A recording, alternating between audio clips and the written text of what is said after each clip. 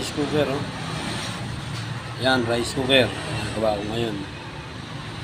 So, ayaw umandar na ito. Kailan lang din binili. Nasira agad. So, talagang may karupukan ngayon ang mga gamit. Ito, yung rice cooker. Mataas kasi wattage na ito.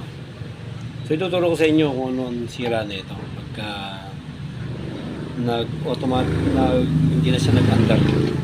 Nawalan siya ng power. So, usually, ito makikita natin, yung indicator dito ng ilaw, mawawala yan. Totally blackout. So, ang nagiging sira po niya ito. Binuksan nyo ito, makikita nyo dito.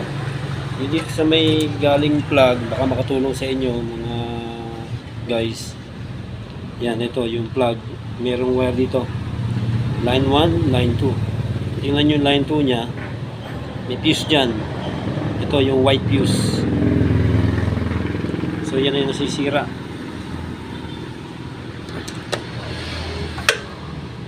Chinek ko po siya ng tester. Open po.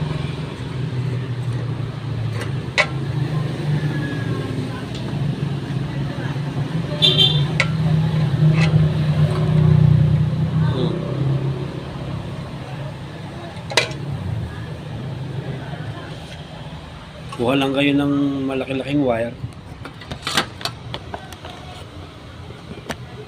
Yan. Kuha lang kayo ng ito. Open to. Tinester ko siya open. Kuha lang kayo ng malaki-laking wire. Pwede nyo lagyan.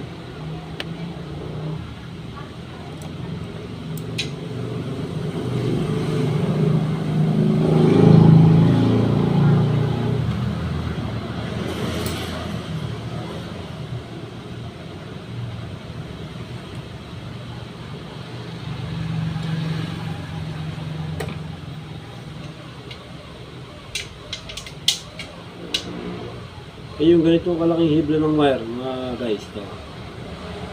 Pwede na to. Mas matibay siya kasi dati. Yan, pwede na yung ganito. Mas matibay ito. So pwede na itap dito sa fuse. Dito sa kabila. Lupot lang. Yan. Kasi wala tayong fuse.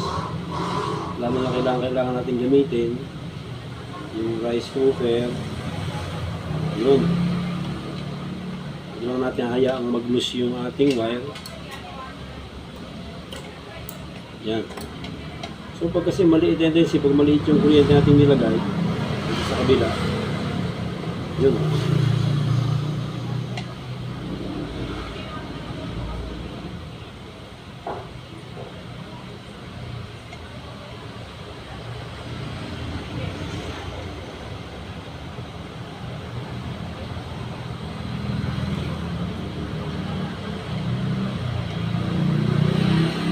Kasi pag maliit yung wire, medyo magbibigay din siya agad. So balik na natin yung hose niya. So manalagay yun. Protector hose. Balik na po natin yung insulator niya. Ito protector hose to. Para iwas shorted. Iwas grounded. Yan. Nalagay na po natin. So napakasimple lang pong gawin na ito. Sa bagong rice cooker, sigurado po pag nasira tayo mag-on na wala ang ilaw, ito po ang sira. Pag naman po itong rice cooker ay bumibitaw dito, yan, sasaing kayo, pinindot nyo yan, hindi pa nakakaluto, bumitiw na, so nagkakaroon siya ng problema rito. Ito po, pinapalitan to. Papalitan po ng bago yan.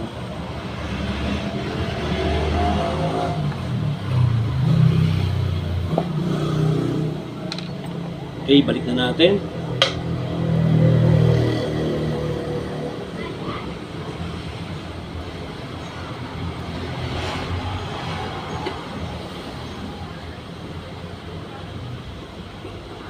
Yun. Totally, wala kanina, blackout, walang power. Sasak natin, tingnan natin ngayon.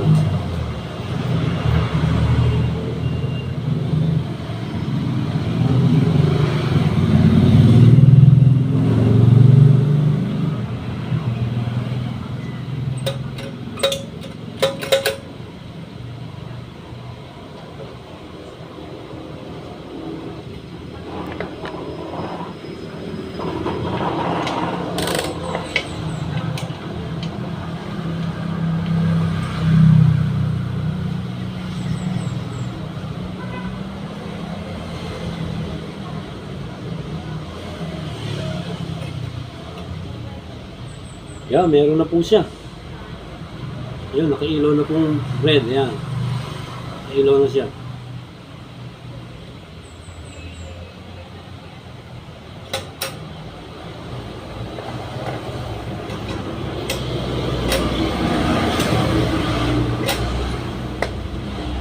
Yan po, umiinit na. Nakailaw na itong red.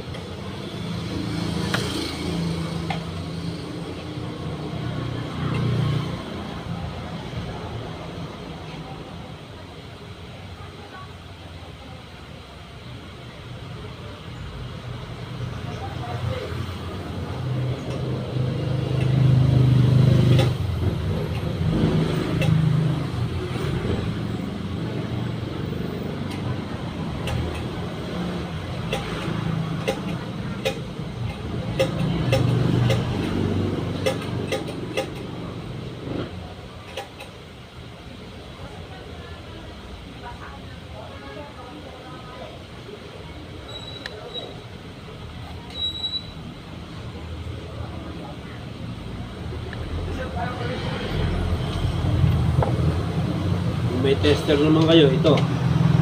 Para sure kayo, testerin nyo kung may pumapasok ng voltahe. Yan po. AC top nyo po sa 250, adjust ng AC. Tapos ilagay nyo dito sa filament nya.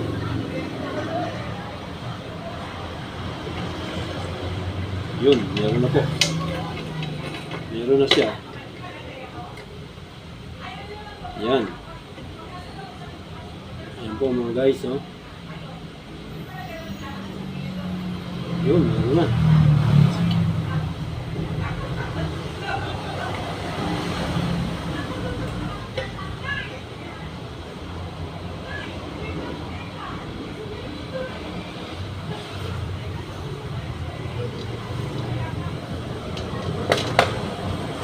Yan po.